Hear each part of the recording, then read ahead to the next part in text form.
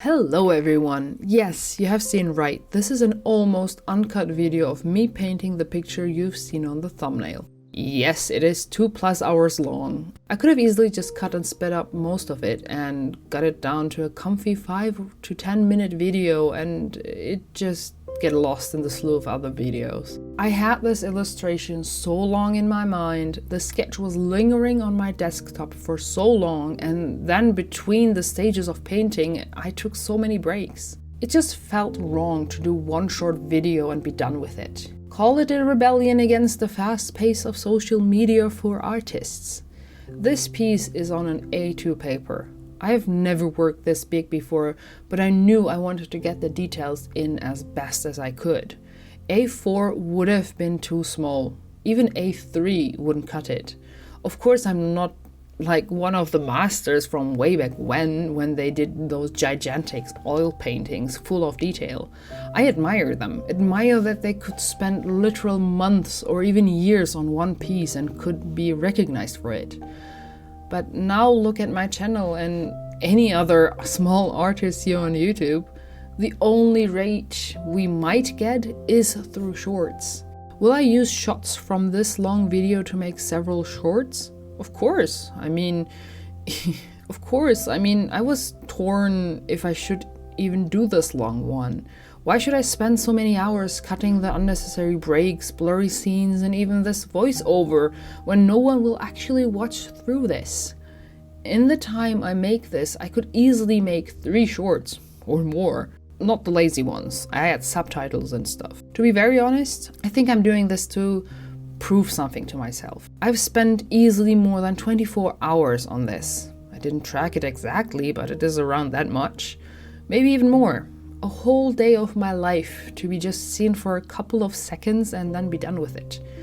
Maybe I'd be okay with people actually even seeing this piece. On DeviantArt, it will probably get some nice favorites and actually be seen by a couple of thousand people.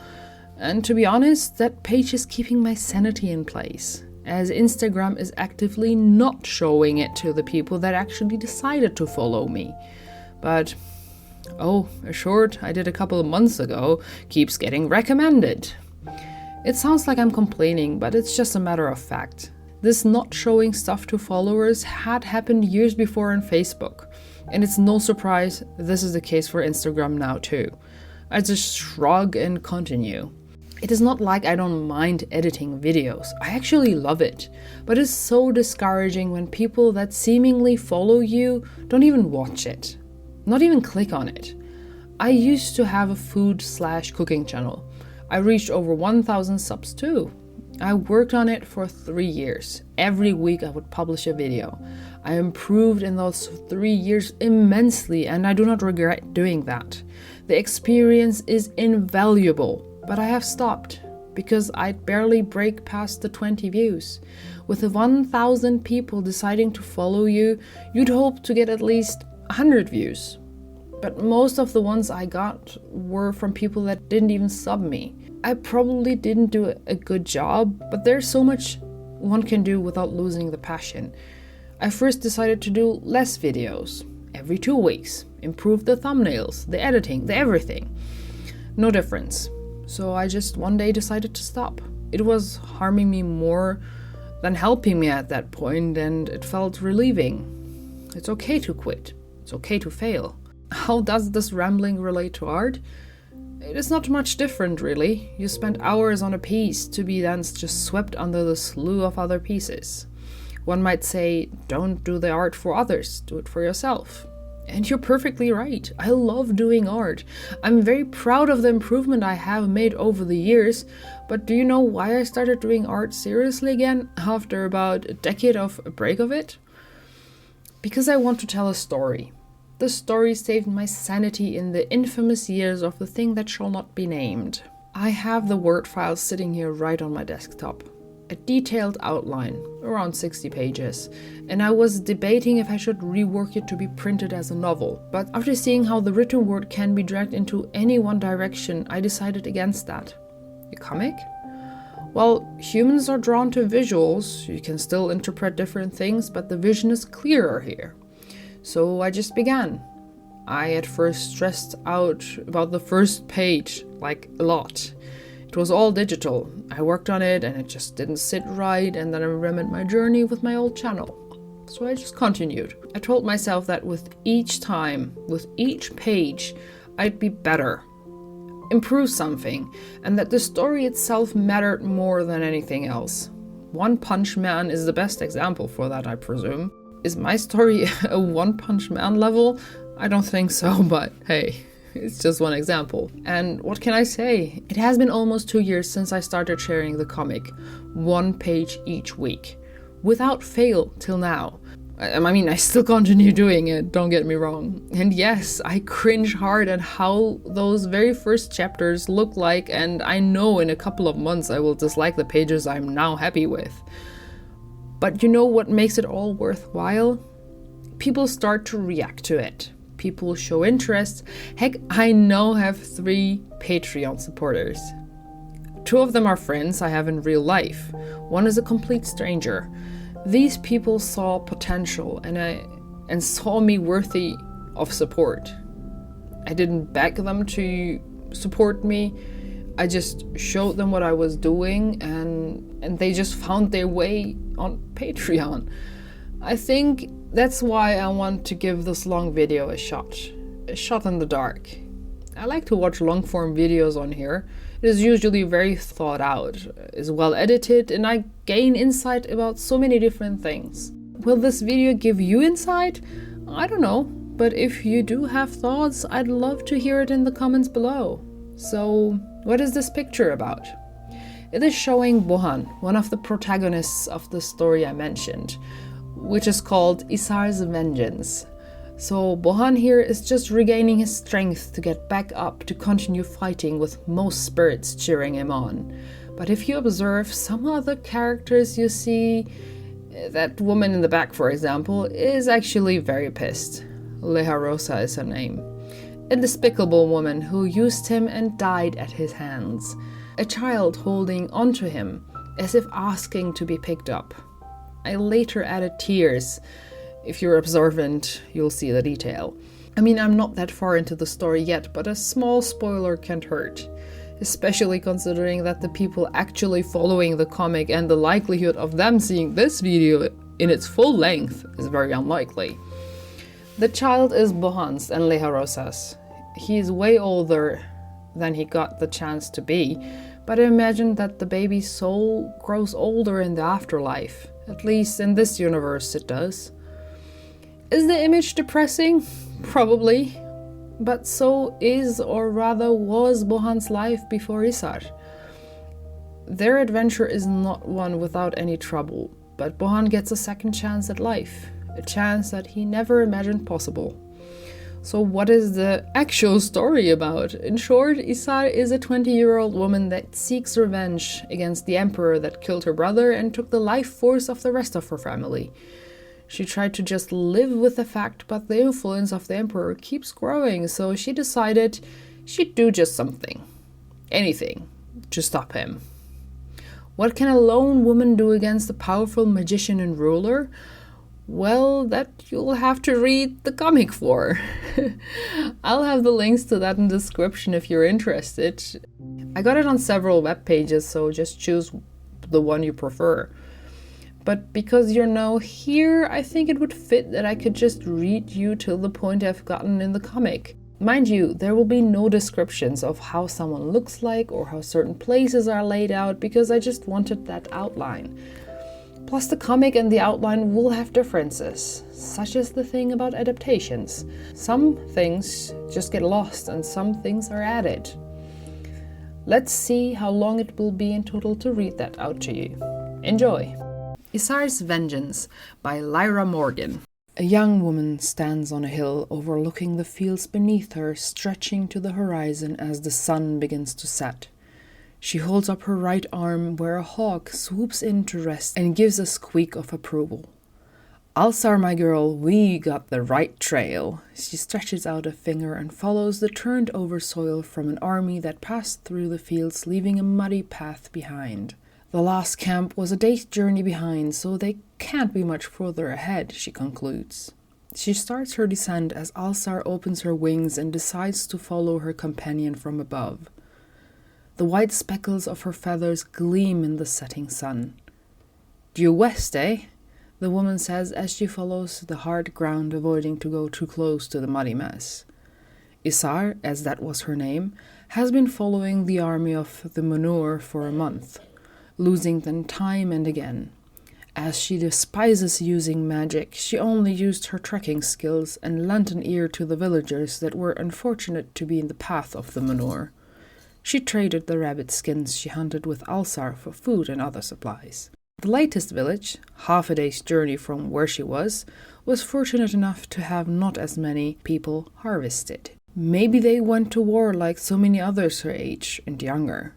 Whatever the reason, the result was that the Manur could not teleport to their next location, which led them to be marching, like peasants.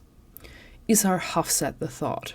Peasants walk, peasants work, but at least we don't harm anyone in the process. Fucking cunts. Serves them right. Walk in the mud like us. She shrugged her cape up her shoulders as with the vanishing sun the heat escapes. Summer is nearing its end. The nights have become longer and colder. She wonders what the army will do in winter. She walks with brisk steps, carefully not to step onto anything that would make a loud noise. Hours must have passed when she finally sees a gleaming light in the distance. "Oh no," she mutters under her breath. A panicked Alsar flies closer to her and squeaks in distress. She runs toward the ever-growing white, bright light, but she knows it's futile. She is too late again, and the armor will vanish again. The nearer she gets, the small town starts to get denser, and she follows the strings of light through the empty streets. Glancing, she sees the people shuttered all the doors and windows, all street lanterns huffed out. Some even stuffed the edges of their doors, yet the strings of light find their way out of them. She just shakes her head. There's no way to stop it. She stumbles onto what seems to be the town square, where a man in a red golden getup holds up a lantern which is the source of the light, or rather pulls the strings of light towards it. Like a black hole, it seems utterly dark within. The guards and soldiers around the square don't notice her as she stumbles back into the alley. This is my chance. I just need to get the lamp from him. As if the female hawk could read her mind, she spreads her wings and swooshes toward the gleaming figure. "No, Alsar, stay!" she screams, not caring if she gets heard. The hawk with talons stretched ahead tries to grasp the lantern as the holder and bird scuffle. The lines of light get tangled and dim. Isar dashes ahead, taking advantage of the ensuing confusion, and snatches the hawk from the person and rolls her into her cape to keep her subdued.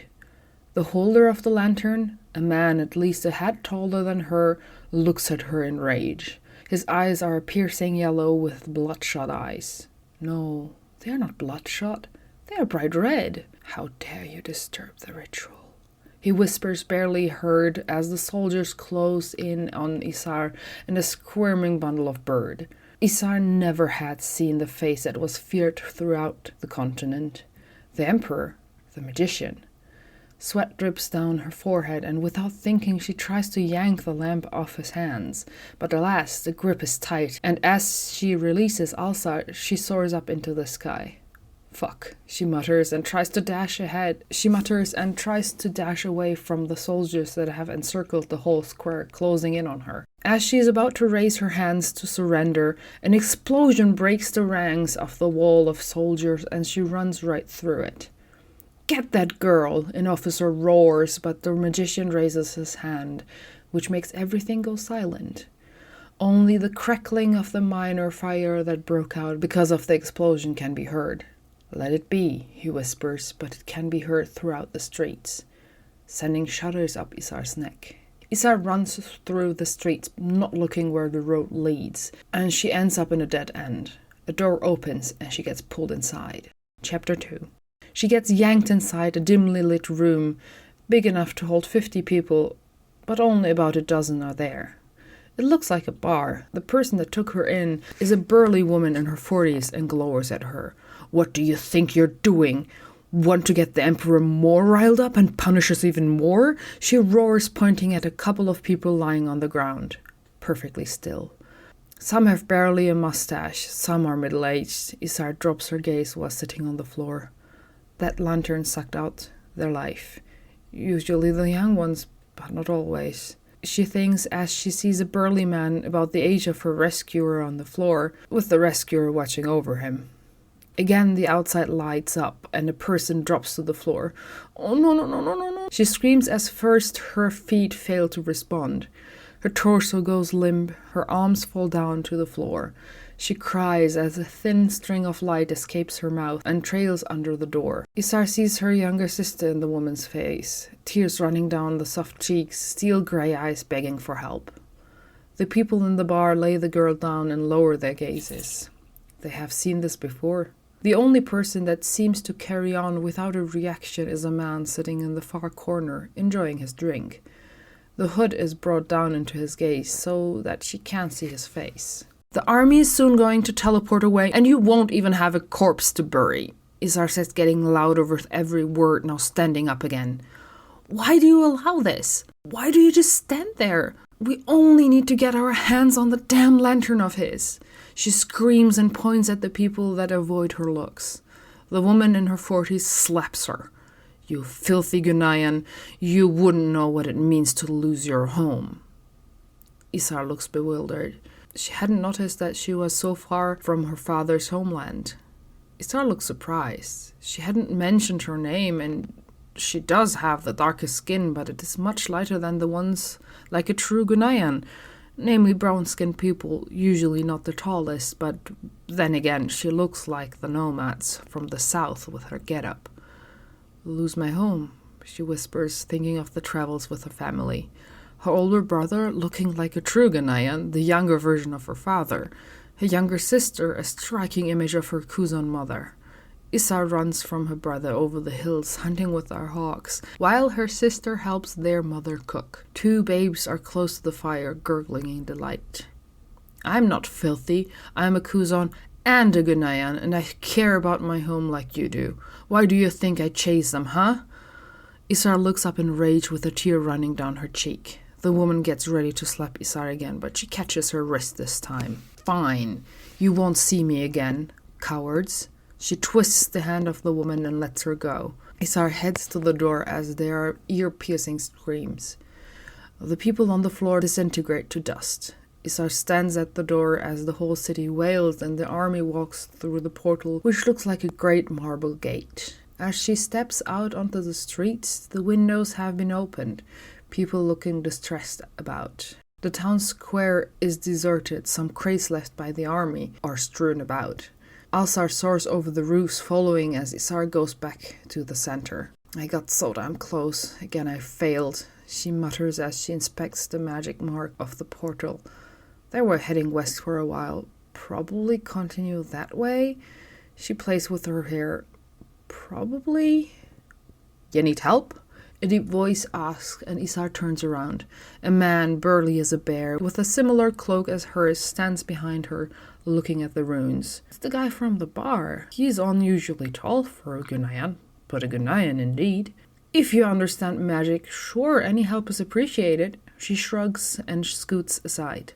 The man rubs his finger over them and mutters the meaning of each. Heading northwest to a castle. Don't know the name for that one, but they try to pierce through mountains, he sighs. What a waste of souls. That idiot doesn't know shit. Isar looks quizzically at him. You've got no idea how magic works. Not at all, he asks. Isar shakes her head angrily. I refuse to use it. I know how dangerous it is, how volatile.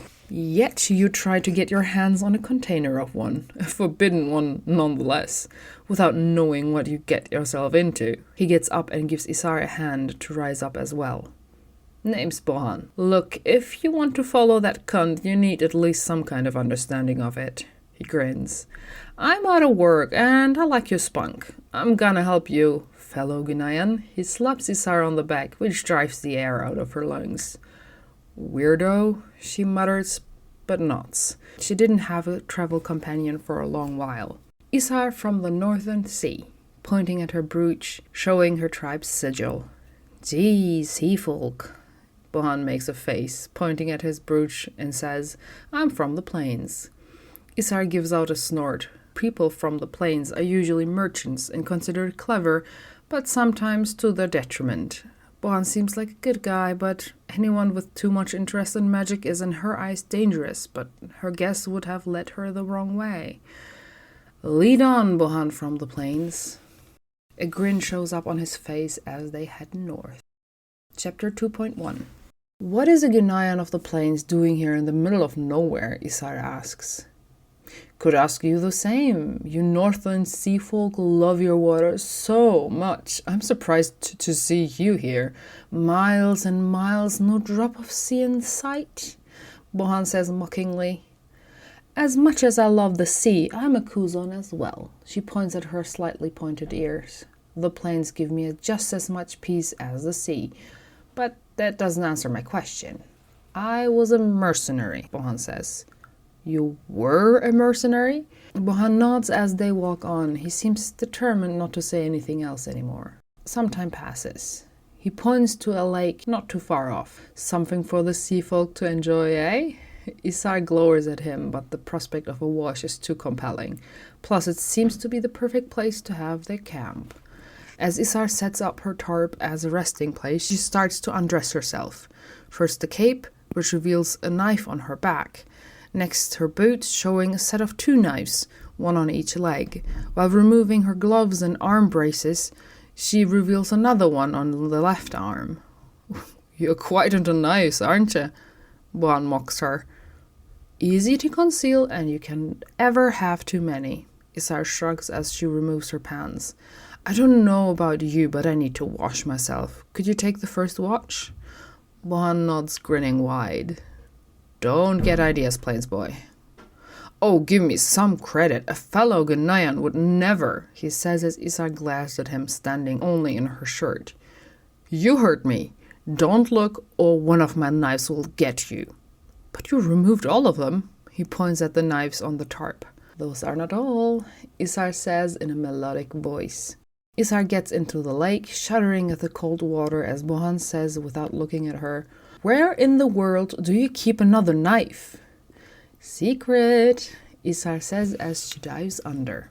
Isar hung her wet linen pieces and underpants in a nearby tree to dry while sitting in her tunic and pants. You know, knives and all are great, but it's not the best idea for traveling alone, Bohan says, showing his sword. This instills respect. Concealed weapons are great and all. Then attack me, Isar says, jumping up. What now?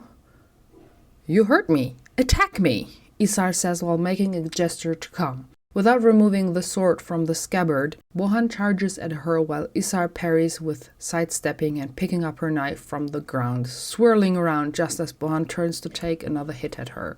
She stops the blade with her knife and takes her other hand to poke at his eyes. I rather rely on the surprise moments. She drops the knife on her tarp again. You are a man. You have it easy.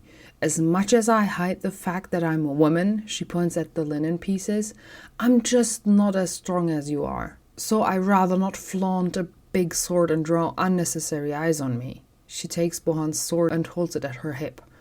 Plus, it's just clunky. She hands the sword back. Not that I can't use them. Oh, is that so? Let's parry then. Bohan breaks off 2 branches and throws one at Isar, who directly goes into her stance. Parrying ensues until both of them sit down huffing.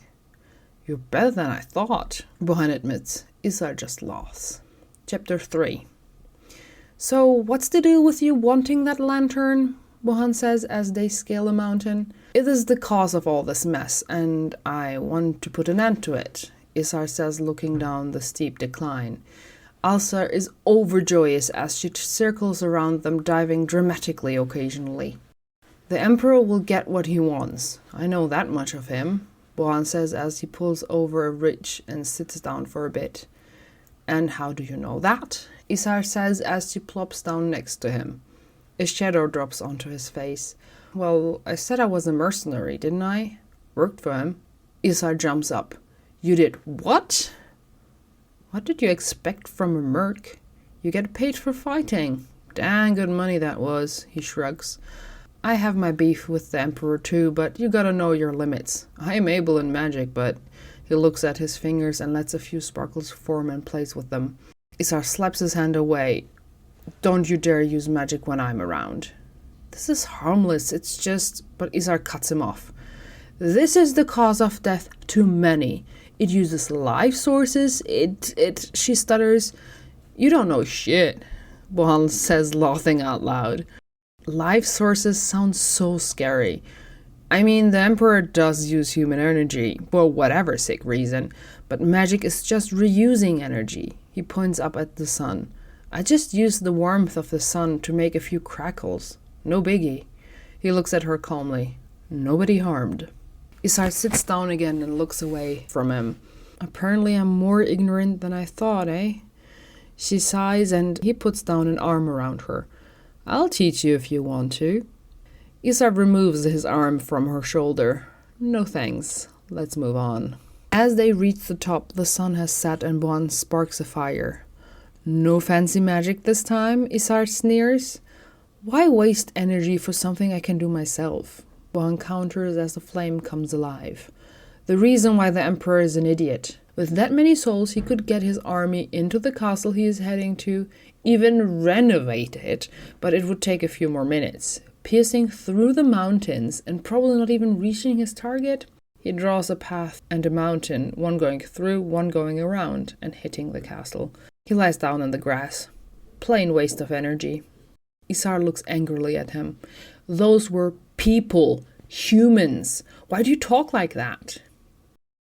Once the energy, life force, or whatever you prefer to call it, is out of the body, it is just that, energy. He looks at the sky. Keeping the human kind of energy needs forbidden containers, and the lantern is just one of many. He turns to Isar.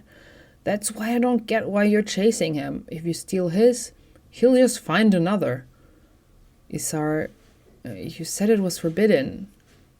And Bohan counters, and so is premarital sex. He winks at her. Doesn't stop anybody from doing it. Isar blushes deeply and is glad that it is dark. She's 20 summers old. Women her age are married and have children, under normal circumstances at least. She lies down next to the fire, opposite from Bohan.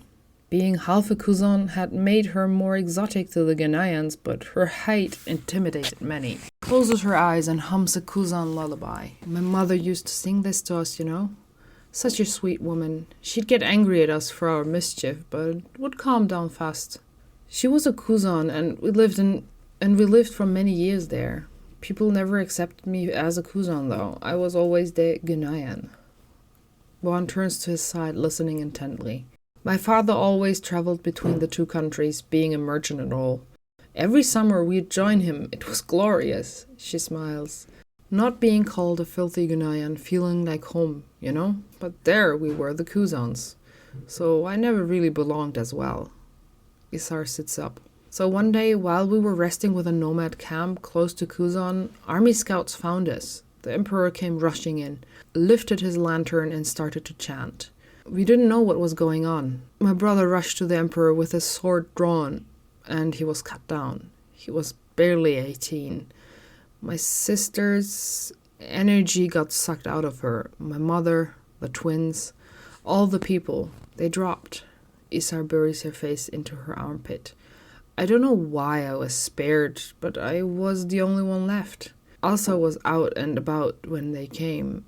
She was the only constant in my life since then. Elsa lifts up her gaze upon hearing her name. Isar smiles at the bird fondly. I may not know much about magic, she says as Bohan sits up as well, but I want revenge. Chapter 3.1. What happened to your father? Bohan asks after a long pause. We had a falling out just a few weeks before the attack. He had started to spend more and more time away from us, and we all suffered from that. We were well off thanks to his work. I got a chance to learn whatever I wanted, but you know how it is. When there's no father figure at home, the other families start to pick on you. My brother did his best. I supported him with all my might. The women especially were vicious. Isar sours her face. I never got along with women. Those guns sealed the deal for me, I suppose. I was more often than not called a boy rather than a girl anyways, even considered having my gender changed. The only time I considered magic as good, she laughs. When my father got back after a long time, we, as the kids, we got down to talk. I explained everything. My brother, though he was 2 years older than me, was close to tears. We don't need money, we need a father, I said at some point, and he of course got it all wrong. He didn't talk with me for the time he remained there. The tension was unbearable. Isar casts her gaze down. What I said wasn't wrong. I don't regret a word I said, but in the silent hours of the night, I have found myself wishing I was alone, no strings attached to anyone, truly free. She looks up at the sky. Apparently I got what I asked for. You still haven't said if he was there during the harvest? Bohan says, sorry, it's a touchy subject. And no, he wasn't. I don't know where he was, and after years of visiting all my relatives and them haven't seen him either, let's say I don't care where he is anymore, or if he is even alive. We had this rule. If something happens, we would find our way to my grandma in Isar. Granny was devastated and wanted me to stay, but I refused. I waited only a bit, expecting news, but nothing, Isar says. You know how overbearing family can be, right? Bohan nods silently. Well, they tried to marry me off to a distant cousin of mine. He's like a brother to me. I declined. It got too cagey. So I headed off to Kuzan. I stumbled into a good friend of mine, probably my only girlfriend, Habiba, on the way, and I stayed a few weeks with them. Time passed fast. I thought I could start a new life out there, but it didn't go well. Isar gestures with her hand. Let's just say I eventually got onto the trail of the Emperor, and here we are.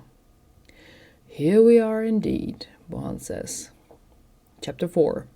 In the distance, a towering castle stands with a swarm of camps around it. It has been 2 weeks of travel. So, any particular plans? Bohan asks. I will infiltrate the camp somehow. I know the Emperor is a... Isar lowers her voice and blushes. Pervert? So, being a prostitute could get me closer. Bohan grabs Isar by her shoulders, making Elsa squeak angrily and flutter off. Are you insane? This is a soldier camp. A prostitute? She'd get fucked through 1,000 and would never even get close to the Emperor. She shrugs him off. What is it to you? We have been traveling for more than 2 weeks together. You are able to handle yourself, no doubt, but these are soldiers who haven't seen a vagina in months. A virgin stumbling into camp is just what they need. Isar flushes bright red. Who says I'm a virgin? She shrieks. Oh, come on. You pretend to be so overly confident in everything. But whenever the slightest mention of sex drops, you go bright red, he says. He lets go of her and Isar turns away. Any other ideas? She says. We look like nomads, we act like nomads. We could offer our services, our folk have been doing that for years. He spreads his arms wide. I'll be a merc again, and you'll be putting his hands on her shoulders again.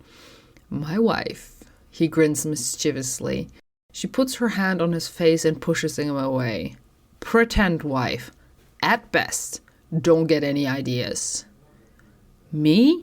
Ideas? Oh, come on, he sighs dramatically. Kidding aside, I don't want anything to happen to you, he says, all serious. Silence falls. So you're a merc. What should I do? You're capable. We'll find a way. They walk into the camp and thankfully nobody remembers Isar's face. It was nighttime and only the Emperor himself got a close look at her. Bohan seems to be in his element, nodding to soldiers and asking them for directions. They find themselves in front of the general's tent and he waltzes right in there. Ah, Lester, my old friend. He raises his hands and embraces the scar-faced man. Who? Bohan? Oh, indeed, it's the beast of the east. The general gives out a roaring laugh as the men pat each other on the back. Got yourself a handsome mug there. How much did it cost you to get rid of the scars? The general asks, holding Bohan's chin up. Too much, my friend, too much. But they did an excellent job. Speaking of which, got any need for some muscle around here? The men muster each other while Isar stands motionless next to the entrance. Ah, where are my manners? Lester, this is my lovely wife, Isar. She nods politely, but she doesn't move. Look at that. I am happy to see you get back on your feet, man. Milady. The general kisses her hand. He motions her to have a seat on the cushions on the floor with them. The general turns back to Bohan. We're here to stay for the time being, so extra muscle is not needed. But we need someone who knows their way around casting bullets, and you're the right guy for that. Lovely, Bohan smirks, pointing at Isar. Anything she could help with? We are always in need of people who know their way around the kitchen, the general says, while Isar goes green on her face. Ugh, kitchen work. Gulping down, she nods. I'm a good baker. People would wait in line to get a taste of my pastries. With a billowing laugh, the general elbows Bohan. Love right through the stomach. That's how the little bird cut ya. Isar glowers at him. Little bird? Bohan notices her stares and laughs just as loud. She knows what she's doing with those hands. Oh, is that so? The general grins. Lester, this is my wife. Don't you dare. Bohan laughs while holding Isar by the shoulder, giving her a light squeeze as Isar glowers at both of them. In a small tent close to the castle wall, the two settle in. While traveling, we talked a lot about my past, but he never said anything about his. Scars, getting back on his feet. What's the deal with him? Isar thinks as she readies her bedroll on one side of the tent. You know, as much as I hate the kitchen work, I will get a chance to get closer. Some insider information and all. I hope so, at least, she says while unpacking her few belongings. But I never got along with women. Even with my sister. She chuckles bitterly. It'll be fun with the ladies in the kitchen. Bohan falls onto his bedroll on the opposite side of the small tent, raises his foot onto his knee, crossing his arms behind his head. He looks like he's in deep thoughts. Hey, I'm talking to you. Bohan snaps out of it. Sorry. You know you never said what your beef was with the, she points at the castle, guy. She quizzically looks at him, but he just closes his eyes. I'm not good at this, okay? At what? Isar sits down on her roll, looking at the passing shadows. Sharing my story, feelings and such, Bohan says. I'm a great listener, but telling my side feels weird. Isar smirks and laughs out. Oh, where's the teaser who so boastingly talked about his wife? All the grand gestures. She dramatically flails her hands about. All a facade, Bohan grumps. I don't believe you. You were so cheerful on our way here. What's the matter with you? Another time, he mumbles as he closes his eyes. The next day. This here is where Bohan will be working. You'll be heading in there. Take the second on the left and you'll be in the kitchens. An errand boy shows to the door she needs to go through. Thanks, Isar mumbles as she takes a long look at the forge. Men are busy at work. Bohan walks in and as soon as they notice him they go, Oh, look who's back! Isn't that old Bo? Hey guys, casting the bullets for the man now. Sweet deal you got there. Bohan shrugs, all the while staying indifferent. Isar still peeks in wonder at the weapons and sweaty man. Oi, girl, if you want to have a closer look, come on in, one of the men says, sloshing the sword he was working on in the fluid. Isar beckons the ready swords and gives them a try by going into the right stance. Fighter you are, the guy says, holding Isar by the waist. She turns around and points the tip of the sword under the guy's chin. Indeed I am. Ever the charmer, Gus. Bohan puts his hand on Isar's shoulder and she lowers the sword. Let me introduce you to my wife, Isar. She'll be in the kitchen. While staring down on Isar, who just rolls her eyes. Sometimes you're just no fun, Isar says. Isar puts the sword back and walks off. Gus scratches his head. Quite the catch you got there, my man. Bohan smiles mildly. Quite. And that's even a few pages ahead from what I have done for the comic. I would actually love to continue, but I cannot tell you that I'm currently on page 9 of 65, so you can imagine how long the story is actually. I can only hope that this piqued your interest. I had a few beta readers, if you can call them. They were friends, and we worked through some plot holes and some stuff that didn't make sense. I hope you enjoyed this. I hope you give it a chance. Maybe even consider supporting me on Patreon so that you can read the new pages ahead of anybody else.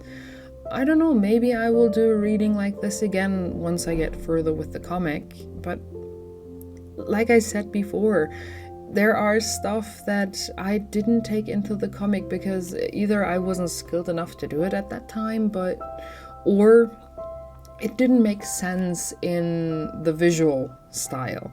Like, some thoughts make sense to be said, and sometimes just an expression does enough to give the message that I want to give. Some details are different, but that's how it goes.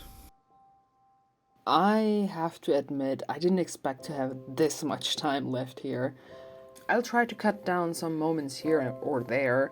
My camera setup is really not suited for such big pictures, so I'm sorry if I've missed a few shots where I was out of the picture. I do have a tripod that can attach horizontally, but I didn't really want to work on the floor either, and lifting the tripod up was a bit too dangerous with the cats roaming about. And I'm sorry that there seems to be jumps between the progress I made. I actually had spare batteries, but I didn't track if they were all charged. Well, they weren't. Not when I needed them. And I didn't want to lose any more time, so I just continued until the batteries were halfway usable again. I could call this video a time capsule. It's the end of April 2023. It has been almost a year since I returned to Germany. My husband can finally apply to his visa to join me. I have improved a lot during my time here, but I do miss my studio back home. A room just for doing my art. It wasn't big, but it was nice to leave the things behind to go to sleep in a dedicated room. Now I share the apartment with my brother and mother.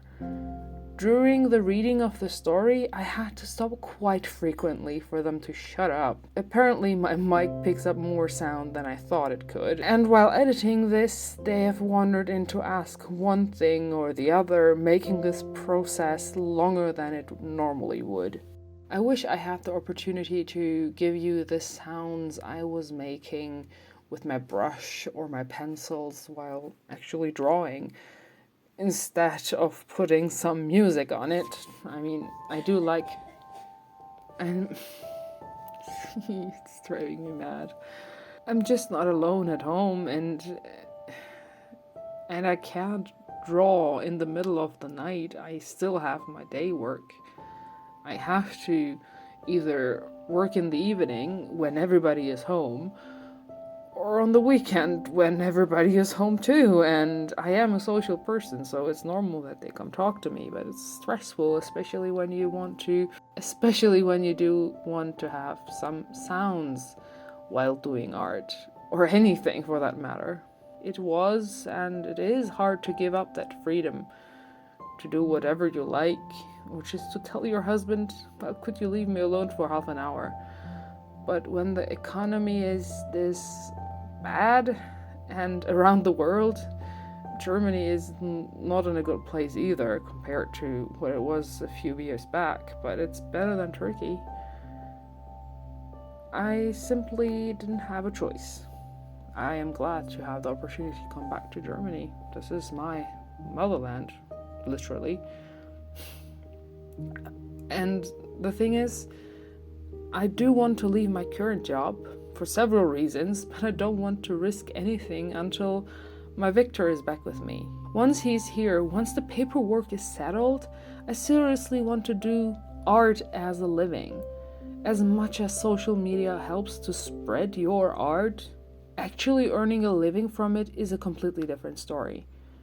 I'll visit a course about going independent because why would Germany's laws be in any way or shape or form be easy to follow? I don't want the German IRS on my back, so I rather do it right from the beginning. I plan to go from con to con, try selling my art.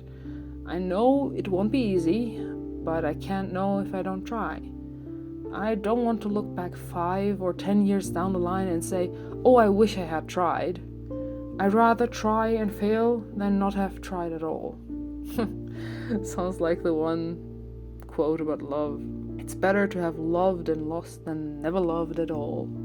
I could muse on further, probably even fill these 2 hours, but I want to prepare for Mermaid some more. It is actually the first time I participate in this. Let's see if I'll be able to post for the whole month. So, to make this interesting, and to test if you've listened till this point of my rambling and the story, I want you to post a green heart. Or 10. Doesn't matter really. I hope you have a great week and see you next time.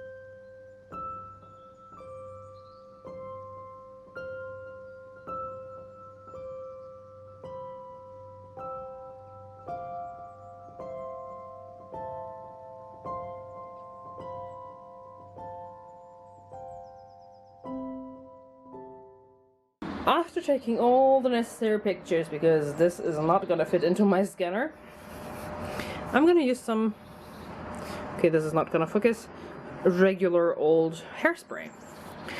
It can damage, I mean not damage, but make it more grainy. It has some grain at the moment, but that's because of the watercolor paper. And now just, see, I touched it lightly and I directly have something on my finger. And I want to seal this in.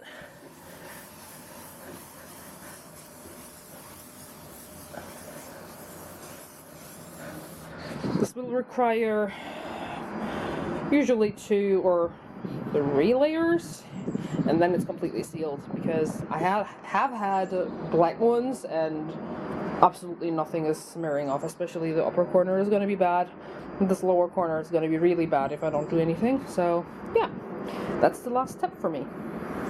So I let it dry, the biggest test, so my clean hands. Ta-da!